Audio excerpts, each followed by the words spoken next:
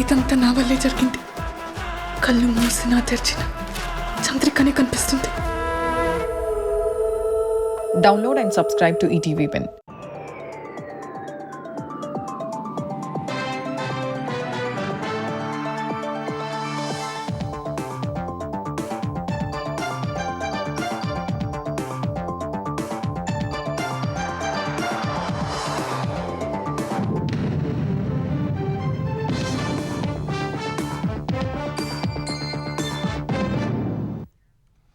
నమస్కారం, ఈటీవీ న్యూస్కు స్వాగతం. ముందుగా ముఖ్యాంశాలు.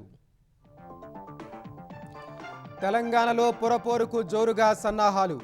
రిజర్వేషన్లను ఖరారు చేసిన డెడికేటెడ్ కమిషన్. బీసీలకు 34% పైగా కోట. ట్రాఫిక్ చలానాలపై రాయితీలు ఇవ్వొద్దన్న సీఎం. ఉల్లంఘన జరిగిన వెంటనే డబ్బులు కట్ కావాలని సూచన. రోడ్డు భద్రతా కార్యక్రమానికి రేవంత్ శ్రీకారం.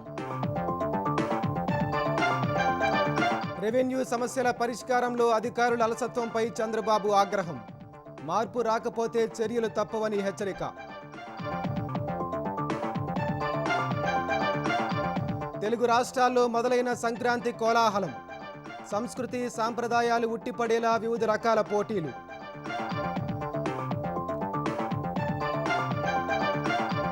దేశ నిర్మాణంలో యువశక్తే కీలకమన్న ప్రధాని. వికసిత్ భారత్ లక్ష్యానికి జన్జీలే సారథులని వ్యాఖ్య.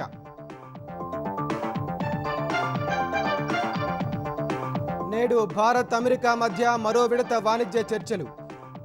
అన్ని దేశాల కంటే భారత్ తమకు ముఖ్యమన్న అగ్రరాజ్యం రాయబారి. ఇరాన్పై మరింత ఒత్తిడి పెంచిన అమెరికా. టెహ్రాన్తో వ్యాపారం చేసే దేశాలపై 25% సుంకాలు. ట్రూత్ సోషల్ ద్వారా ట్రంప్ ప్రకటన.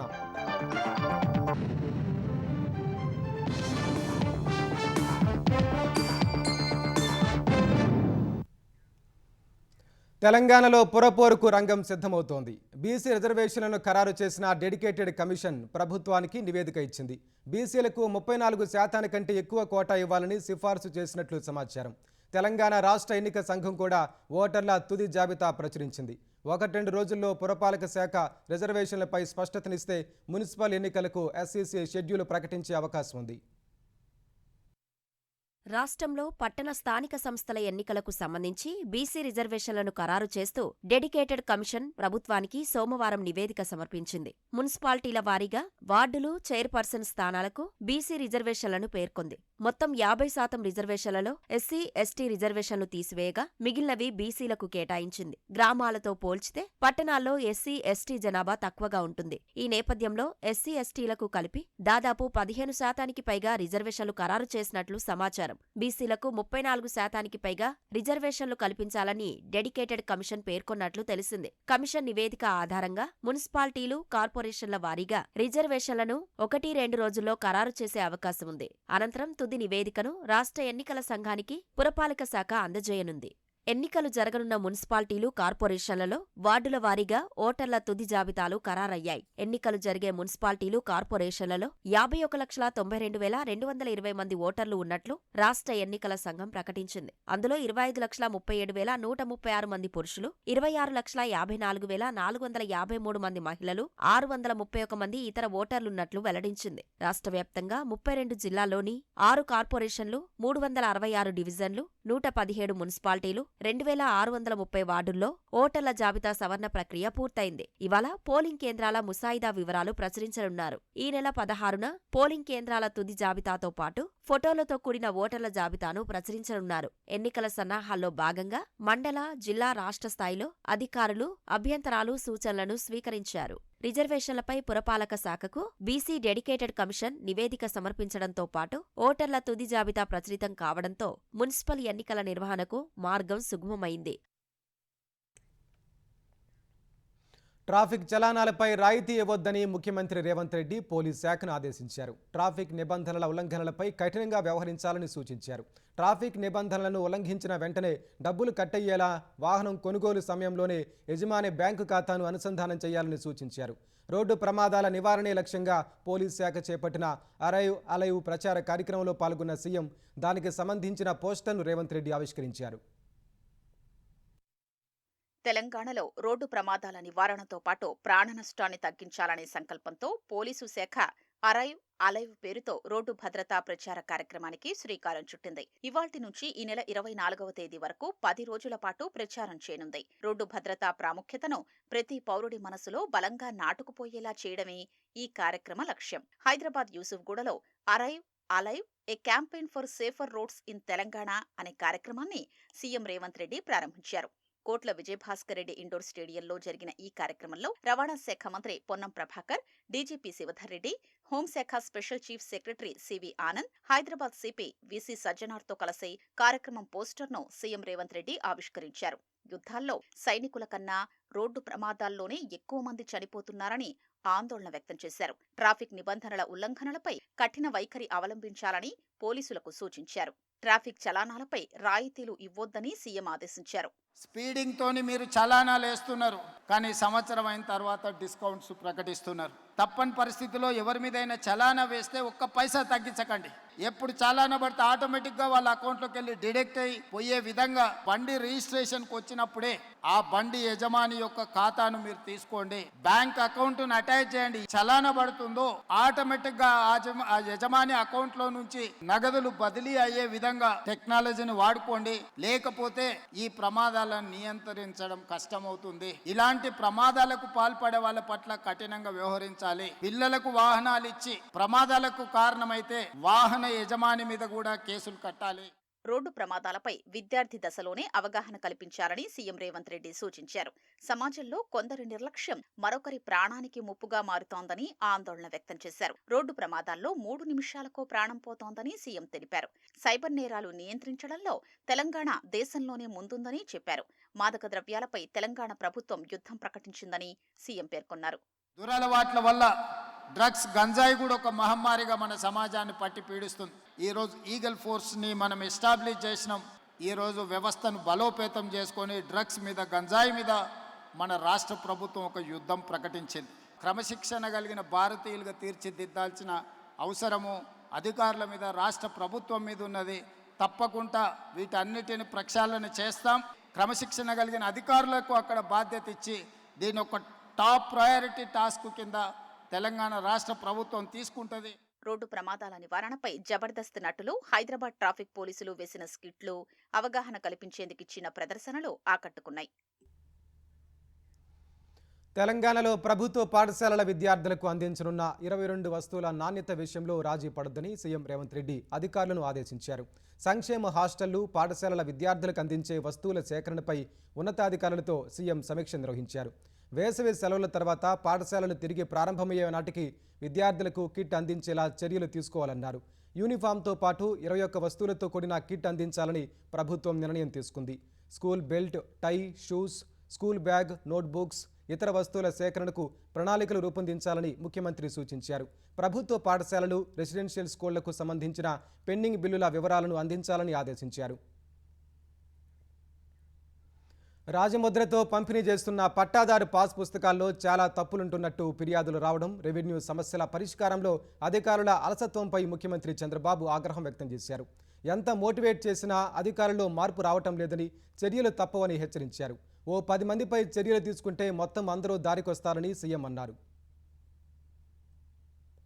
రెవెన్యూ శాఖపై సమీక్ష సందర్భంగా సీఎం చంద్రబాబు కీలక వ్యాఖ్యలు చేశారు. పట్టాదారు పాస్ పుస్తకాల్ని తప్పులు లేకుండా అందజేసే బాధ్యత సంయుక్త కలెక్టర్లదేనని స్పష్టం చేశారు. ప్రతి నెల 2వ తేదీ నుంచి 9వ తేదీ వరకు పాస్ పుస్తకాల పంపిణీ జరుగుతుందని, 9న తాను ఎక్కడో ఒకచోట ఆ కార్యక్రమంలో పాల్గొంటారని చంద్రబాబు తెలిపారు. డిసెంబర్లోగా మొత్తం ప్రక్రియ పూర్తి చేయాలని ఆదేశించారు. పట్టాదారు పాస్ పుస్తకాలపై ప్రజాస్పందనను రెవెన్యూ శాఖ ప్రత్యేక ప్రధాన కార్యదర్శి జి సాయి ప్రసాద్ సమీక్షా సమావేశం దృష్టికి తెచ్చారు. పాస్ పుస్తకాల్లో తప్పులపై సీఎం ఆగ్రహం వ్యక్తం చేశారు. కలెక్టర్లు గ్రామ సభలు నిర్వహించినప్పుడే డ్రాఫ్ట్ ల్యాండ్ రిజిస్టర్, రీసర్వే రిజిస్టర్లోని వివరాలు చదివి వినిపించాలని ఆదేశించారు. తప్పులున్నాయని ఎవరైనా అభ్యంతరం చెబితే దరఖాస్తు తీసుకుని సరిదిద్దాలని సూచించారు. అంతే తప్ప ఆదరాబాదరగా చేయడం సరికాదని చంద్రబాబు పేర్కొన్నారు. ఎన్నిసార్లు చెప్పినా అధికారుల్లో సీరియస్నెస్ రావడం లేదని, కలెక్టర్లు ఫోకస్ చేయడం లేదని, మంత్రులు అర్థం చేసుకోవడం లేదని అసంతృప్తి వ్యక్తం చేశారు. ఈ కార్యక్రమానికి జేసీలను జవాబుదారీ చేస్తామని, నెల రోజులు చూస్తానని, అప్పటికల్లా మార్పు రావాలని సీఎం చెప్పారు. తాను చెప్పిన ప్రామాణిక నిర్వహణ విధానాన్ని జేసీలు అర్థం చేసుకోవడం లేదని అసహనం వ్యక్తం చేశారు.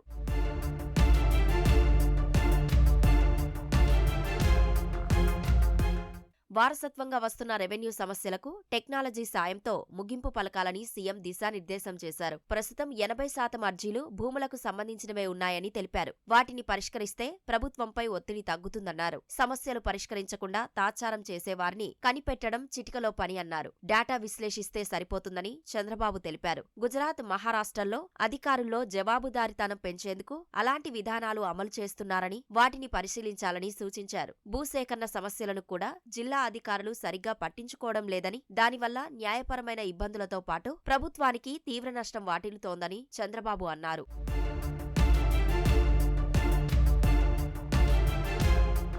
కొందరు సబ్ రిజిస్ట్రార్లు తమకు నచ్చితే రిజిస్ట్రేషన్ చేస్తున్నారని, లేకపోతే లేదని సీఎం చంద్రబాబు ఆగ్రహం వ్యక్తం చేశారు. ఇలాంటి సమస్యల పరిష్కారానికి ప్రత్యేక కార్యాచరణ రూపొందిస్తున్నట్లు చెప్పారు. రికార్డుల ట్యాంపరింగ్ ను అడ్డుకునేందుకు బ్లాక్ చైన్ టెక్నాలజీని ఇప్పటికే ప్రయోగాత్మకంగా పరిశీలించినట్లు సీఎం చంద్రబాబు తెలిపారు.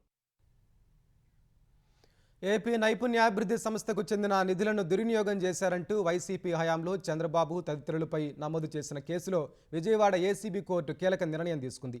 సిఐడి దాఖలు చేసిన తుది నివేదికను అంగీకరించింది. మిస్టేక్ ఆఫ్ ఫ్యాక్ట్గా పేర్కొంటూ విచారణ నిలిపేస్తున్నట్లు తెలిపింది. ఈ కేసులో నిందితులకు నేరారోపణ నుంచి విముక్తి కల్పిస్తూ కోర్టు ఉత్తర్వులు జారీ చేసింది. మరోవైపు స్కిల్ కేసులో ఫిర్యాదుదారుణ్ణి తానేనని సిఐడి దాఖలు చేసిన తుది నివేదికపై వాదనలు వినిపించే అవకాశం ఇవ్వాలని నైపుణ్యాభివృద్ధి సంస్థ మాజీ చైర్మన్ కె అజయ్ రెడ్డి దాఖలు చేసిన పిటిషన్ను ఏసీబీ కోర్టు తిరస్కరించింది. వికసిత్ భారత్ లక్ష్యానికి జన్జీ యువత సారథులని ప్రధాని నరేంద్ర మోదీ తెలిపారు.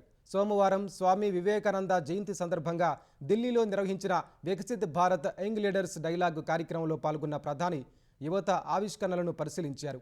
దేశం స్వాతంత్ర్యం పొంది 100 ఏళ్లు పూర్తి చేసుకునే 2047 కాలం యువతకు కీలకమని ప్రధాని మోదీ చెప్పారు. గతంలో రక్షణ రంగం కేవలం ప్రభుత్వ రంగ సంస్థలపై మాత్రమే ఆధారపడి ఉండేదని, తమ ప్రభుత్వం వచ్చాక ఆ పరిస్థితి మారిందని ప్రధాని మోదీ తెలిపారు. కేంద్ర ప్రభుత్వం యువతపై ప్రత్యేక దృష్టి సారించి పథకాలు అమలు చేసిందని, తద్వారా దేశంలో స్టార్టప్ విప్లవం ఊపందుకుందని చెప్పారు. వినూత్న ఆలోచనలతో యువశక్తి దేశ నిర్మాణంలో ముందు వరుసలో ఉందని చెప్పారు. దశాబ్ద కాలంలో ప్రారంభించిన సంస్కరణల పరంపర ఇప్పుడు సంస్కరణల ఎక్స్ప్రెస్గా మారిందని ప్రధాని తెలిపారు. भारत के डिफेंस इकोसिस्टम में स्टार्टअप के लिए दरवाजे खोले, इसका बहुत बड़ा फायदा हमारे युवाओं को ही मिला है। आज भारत में 1000 से अधिक डिफेंस स्टार्टअप्स काम कर रहे हैं। आज एक युवा ड्रोन बना रहा है तो दूसरा युवा एंटी ड्रोन सिस्टम बना रहा है, कोई एआई कैमरा बना रहा है, कोई रोबोटिक्स पर काम कर रहा है। साथियों, डिजिटल इंडिया ने भी भारत में क्रिएटर्स की एक नई कम्युनिटी खड़ी कर दी है। भारत आज ऑरेंज इकोनॉमी यानी कल्चर, कंटेंट और क्रिएटिविटी का अभूतपूर्व विकास होते देख रहा है। వాణిజ్య ఒప్పందానికి సంబంధించి భారత్ అమెరికా మధ్య ఇవాళ మరో విడత చర్చలు జరగనున్నాయి. ట్రంప్నకు అత్యంత సన్నిహితుడిగా గుర్తింపు పొందిన సెర్గియో గోర్ భారత్లో అమెరికా రాయబారిగా ప్రమాణ స్వీకారం చేసిన వేళ చర్చలు ప్రారంభమవుతున్నాయి. నిజమైన మిత్రులు తమ మధ్య ఉన్న అభిప్రాయ భేదాలను, సమస్యలను పరిష్కరించుకోగలరని వ్యాఖ్యానించారు. భారత్ అమెరికా మధ్య ద్వైపాక్షిక సంబంధాలు దెబ్బతిన్న నేపథ్యంలో గోర్ వ్యాఖ్యలు ప్రాధాన్యం సంతరించుకున్నాయి. వచ్చే ఏడాది నాటికి ట్రంప్ భారత్లో పర్యటించే అవకాశం ఉందన్నారు. భారత్ అమెరికా మధ్య దౌత్య సంబంధాలను ఉన్నత స్థాయికి తీసుకెళ్లేందుకు తన వద్ద స్పష్టమైన ప్రణాళిక ఉందన్నారు. అమెరికాకు భారత్ కంటే ముఖ్యమైన దేశం మరొకటి లేదని, ఇరు దేశాలకు ప్రయోజనకరంగా ఉండే ద్వైపాక్షిక వాణిజ్య ఒప్పందం కోసం చర్చలు జరుగుతున్నాయని గోర్ చెప్పారు. తెలుగు రాష్ట్రాల్లో సంక్రాంతి పండుగ సందడి ఊపందుకుంది. సంస్కృతి సాంప్రదాయాలు ఉట్టిపడేలా జరిగిన ముందస్తు సంబరాలు అంబరాన్నంటాయి. భోగి మంటలు, హరిదాసుల కీర్తనలు, డూడు బసవన్నల విన్యాసాలు, కోడిపందాలు, రంగవల్లుల పోటీలు అలరించాయి. విజేతలుగా నిలిచిన వారికి నిర్వాహకులు బహుమతులు అందజేశారు. సంక్రాంతి సందర్భంగా లోక్ భవన్లో క్రీడా పోటీలు నిర్వహించారు. విజేతలుగా నిలిచిన అధికారులు, ఉద్యోగులకు గవర్నర్ జస్టిస్ అబ్దుల్ నజీర్ సతీమణి సమీరా నజీర్ ట్రోఫీలు ప్రదానం చేశారు. విజయవాడ సెంట్రల్ నియోజకవర్గం గుణదలలో సంక్రాంతి సంబరాల్ని ఎంపీ కేసినేని శివనాథ్, ఎమ్మెల్యే బొండా ఉమామహేశ్వరరావు ప్రారంభించారు. మహిళలకు రంగవల్లుల పోటీలు నిర్వహించి విజేతలకు బహుమతులు ప్రదానం చేశారు. కృష్ణా జిల్లా మొవ్వ మండలం కూచిపూడిలో పొట్టేళ్ల పోటీలు ఉత్సాహంగా జరిగాయి. విశాఖ ఏయూ ఇంజనీరింగ్ కళాశాలలో నిర్వహించిన మహాసంక్రాంతి వేడుకల్లో ఒడిశా గవర్నర్ డాక్టర్ కంభంపాటి హరిబాబు ముఖ్య అతిథిగా పాల్గొన్నారు. అనకాపల్లి జిల్లా నర్సీపట్నంలోని జనసేన నేతలు జిల్లా స్థాయి కబడ్డీ పోటీలు నిర్వహించారు. ఏలూరు జిల్లా జంగారెడ్డిగూడెంలో జేఆర్జీ డిజిటల్ నెట్వర్క్ ఆధ్వర్యంలో జరిగిన ముగ్గుల పోటీల్ని మున్సిపల్ చైర్పర్సన్ నాగలక్ష్మి ప్రారంభించారు. జబర్దస్త్, ఢీ షోల కళాకారులు ప్రత్యేక కార్యక్రమాలు నిర్వహించారు. అంబేద్కర్ కోనసీమ జిల్లా ఆత్రేయపురంలో ప్రభుత్వ ఆధ్వర్యంలో సాంస్కృతిక వైభవాన్ని చాటే కార్యక్రమాలు, సంప్రదాయ క్రీడా పోటీలు ఉత్సాహంగా సాగుతున్నాయి. Sir Arthur cotton Godavari trophy Sankranti సంబరాల్లో భాగంగా రెండో రోజు డ్రాగన్ పడవ పోటీలు కేరళను తలపించాయి. ఆత్రేయపురంలోని గోదావరి సెంట్రల్ డెల్టా ప్రధాన పంట కాల్వలో రేవు వంతెన నుంచి ఉచ్చిలి వరకు పడవ పోటీలు సాగాయి. మార్కాపురం జిల్లా ఎర్రగొండపాలెంలో సంక్రాంతి ముందస్తు సంబరాలు అంబరాన్నంటాయి. ఎన్టీఆర్ కళా పరిషత్ ఆధ్వర్యంలో నిర్వహించిన రాష్ట్ర స్థాయి కబడ్డీ పోటీల్ని టీడీపీ ఇన్ఛార్జ్ ఎరిక్షన్ బాబు ప్రారంభించారు. కబడ్డీ ఆడి క్రీడాకారుల్ని ఉత్సాహపరిచారు. శైవక్షేత్రం శ్రీశైలంలో సంక్రాంతి బ్రహ్మోత్సవాలు ప్రారంభమయ్యాయి. అంకురార్పణ చేసి అనంతరం ధ్వజారోహణ కార్యక్రమం నిర్వహించారు. ముఖ్యమంత్రి చంద్రబాబు సంక్రాంతి వేడుకల కోసం తన సొంతూరు నారావారిపల్లికు చేరుకున్నారు. కుటుంబ సభ్యులు, గ్రామస్తులతో కలిసి సంక్రాంతి సంబరాల్లో పాల్గొననున్నారు. ఈ సందర్భంగా స్వర్ణ నారావారిపల్లె కార్యక్రమానికి శ్రీకారం చుట్టనున్నారు. తిరుపతి, చంద్రగిరి సమీపంలో 126 కోట్ల వ్యయంతో కూడిన పలు అభివృద్ధి పనులకు నేడు శంకుస్థాపనలు, ప్రారంభోత్సవాలు చేయనున్నారు. రహదారులు, ఇండోర్ స్టేడియం, నైపుణ్య శిక్షణా కేంద్రం, పిహెచ్సి, ఎస్వీయు, వసతి గృహ సముదాయాలు, ఆసుపత్రుల్లో అదనపు వార్డులు, సౌకర్యాల గదులు, ఆలయాల మరమ్మతులు అందులో ఉన్నాయి. కళ్యాణి డ్యాంతో పాటు మరో 4 చెరువులకు నేవా బ్రాంచ్ నుంచి నీటిని తరలించే ప్రాజెక్టుకు చంద్రబాబు శంకుస్థాపన చేయనున్నారు. సీఎం ఇచ్చిన మాట ప్రకారం స్వగ్రామంలో పలు అభివృద్ధి కార్యక్రమాలు చేపట్టడం ఎంతో సంతోషంగా ఉందని గ్రామస్తులు తెలిపారు. మాది భీమవరం, చంద్రమాపురం పంచాయతీ, కందులవారిపల్లి, రంగంపేట పంచాయతీ. ఈ 3 స్వర్ణారావారిపల్లి కింద తీసుకొని ఏ వన్నగా చేసి పెడుతున్నారు. అంటే మా పిల్లల భవిష్యత్తులు కావచ్చు, ప్రతి ఒక్కటి మాకు రోడ్లు కావచ్చు, ఈ చెరువులకు నీళ్లు కావచ్చు, మేము అనుకునే దాని మీద 10 రెట్లు ఎక్కువగా చేసి పెడుతున్నారు. మాకు మహిళల ఉపాధి కోసం శిక్షణలు అయితేనేమి, జూట్ బ్యాగుల తయారీ కానీ, తర్వాత టైలరింగ్ కానీ, కార్ డ్రైవింగ్ కానీ ప్రతి ఒక్కరిని ఉత్సాహంగా ప్రోత్సహించారు. అంతేకాకుండా త్రాగునీరు వసతులు కానీ ప్రతి ఒక్క విషయంలో మేము అడగతానే స్పందించి మాకన్నీ నెరవేర్చాడు.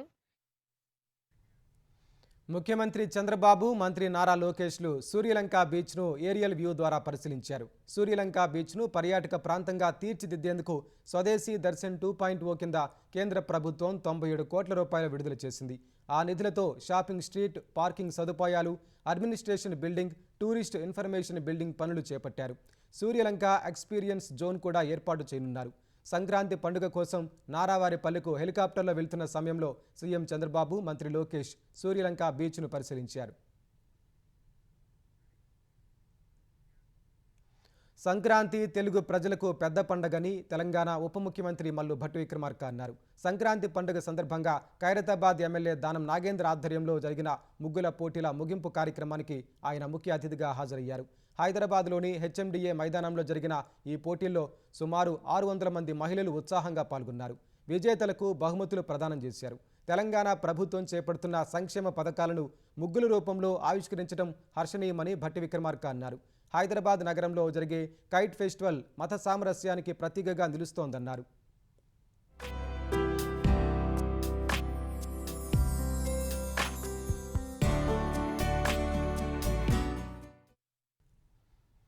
తెలంగాణలో 2025-26 ఖరీఫ్ మార్కెటింగ్ సీజన్కు సంబంధించి వరి సన్నాల బోనస్ 500 కోట్ల రూపాయలను ప్రభుత్వం విడుదల చేసింది.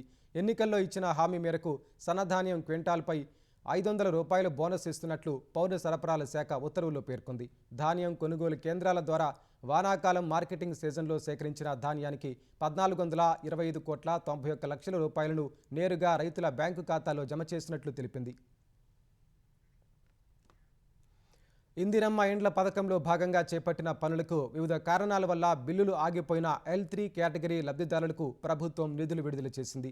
జిల్లా కలెక్టర్ల నివేదిక మేరకు 1072 మందికి 12.17 కోట్ల పెండింగ్ బిల్లులను మంజూరు చేశారు. ఇటీవల మంత్రి పొంగులేటి శ్రీనివాసరెడ్డి వరంగల్లో నిర్వహించిన సమీక్షా సమావేశంలో L3 కేటగిరీ లబ్ధిదారుల పెండింగ్ బిల్లులు చెల్లించాలని ఆదేశించారు. అద్దె ఇంట్లో ఉంటూ ప్రస్తుతం ఇల్లు నిర్మించుకుంటున్న వారితో పాటు పాత ఇందిరమ్మ పథకంలో బేస్మెంట్ పనుల వరకే బిల్లులు పొందిన వారికి పెండింగ్ బకాయిలు విడుదల చేయాలని ప్రభుత్వం నిర్ణయం తీసుకుంది. కాంగ్రెస్ ప్రభుత్వానికి మున్సిపల్ ఎన్నికల్లో తగిన బుద్ధి చెప్పేందుకు ప్రజలు ఎదురు చూస్తున్నారని మాజీ మంత్రి హరీష్ రావు అన్నారు. కలిసికట్టుగా పనిచేసి అన్ని మున్సిపాలిటీల్లో గులాబీ జెండాను ఎగరవేయాలని పార్టీ నేతలకు సూచించారు. హైదరాబాద్లో ఉమ్మడి మెదక్ జిల్లా మున్సిపల్ ఎన్నికల సన్నాహక సమావేశం నిర్వహించారు. కాంగ్రెస్ పాలనపై ప్రజల్లో తీవ్ర వ్యతిరేకత మొదలైందని హరీష్ రావు అన్నారు. పల్లెల నుంచి పట్నం దాకా పరిపాలనంతా అస్తవ్యస్తంగా ఉందన్నారు. కేసీఆర్ హయాంలో పట్టణ ప్రగతితో దేశానికి ఆదర్శంగా నిలిచిన మన మున్సిపాలిటీలు నేడు నిర్వహణ లేక కళతప్పాయన్నారు.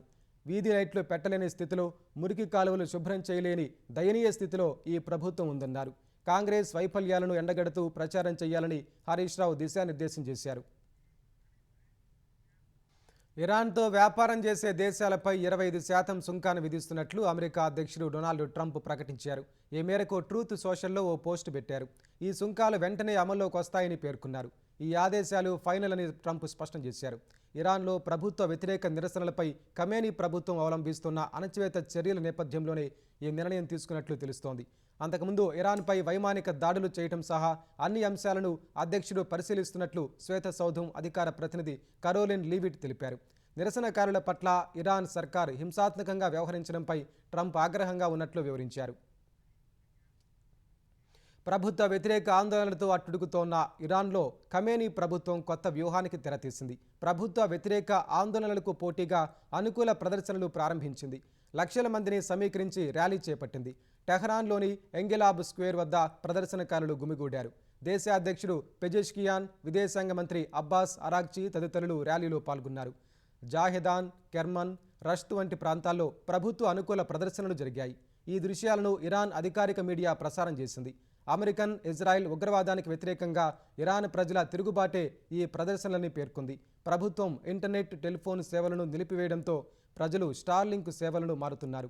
నిరసన చిత్రాలు, వీడియోలను పంచుకుంటున్నారు.